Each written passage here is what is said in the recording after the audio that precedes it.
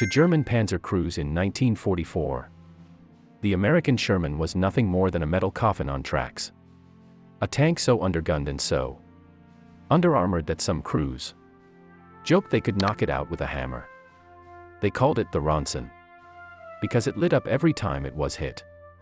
But then something changed. Reports started arriving from the front lines, bizarre, impossible reports. Panthers destroyed from over a kilometer away. Tigers hit square in the front armor, and the shells actually punched through. Tank commanders wrote angry letters demanding answers. What new weapon are the Allies using? How are the Shermans suddenly killing us head-on? And then the survivors described it. A Sherman, with its turret stretched into a strange, predatory shape. A barrel too long, too sharp, too unnatural for a normal Allied tank. Some swore the shell casings were marked with British runes, carved into the brass like warnings. They named it quietly at first the Firefly. A Sherman modified by a handful of British engineers who refused to accept defeat.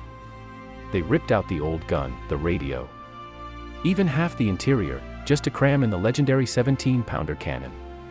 A weapon so powerful, German crews claimed it reached out of the smoke like a spear. But the fear truly began in Normandy. A single Firefly, hidden in a hedgerow, destroyed 3 Tigers in less than 15 minutes. Panzer crews started giving orders.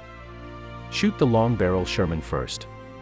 Some commanders even banned their tanks from advancing if a Firefly was rumored to be in the area. And yet the strangest reports came from German mechanics. Recovered Fireflies had their serial numbers filed off, their breech blocks etched with strange triangles and slashes. Symbols no one could trace to any British factory.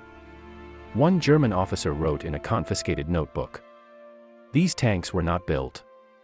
They were created." By the end of 1944, the mockery was gone. The jokes had died. And every Panzer crew on the Western Front knew the truth. The Sherman was never the problem. The Firefly was the warning. And it had come for them.